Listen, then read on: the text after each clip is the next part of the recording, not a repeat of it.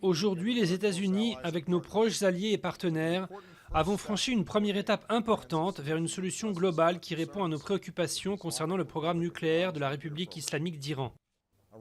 L'Iran s'est engagé à cesser tout enrichissement à certains niveaux et à neutraliser une partie de son stock. L'Iran ne peut pas utiliser ces centrifugeuses de nouvelle génération qui servent à enrichir l'uranium.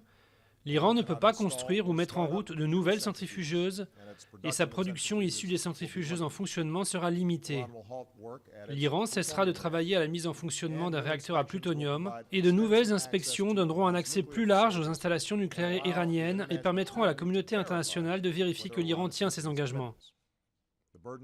Il revient à l'Iran de prouver au monde que son programme nucléaire ne sera mené que pour des raisons pacifiques.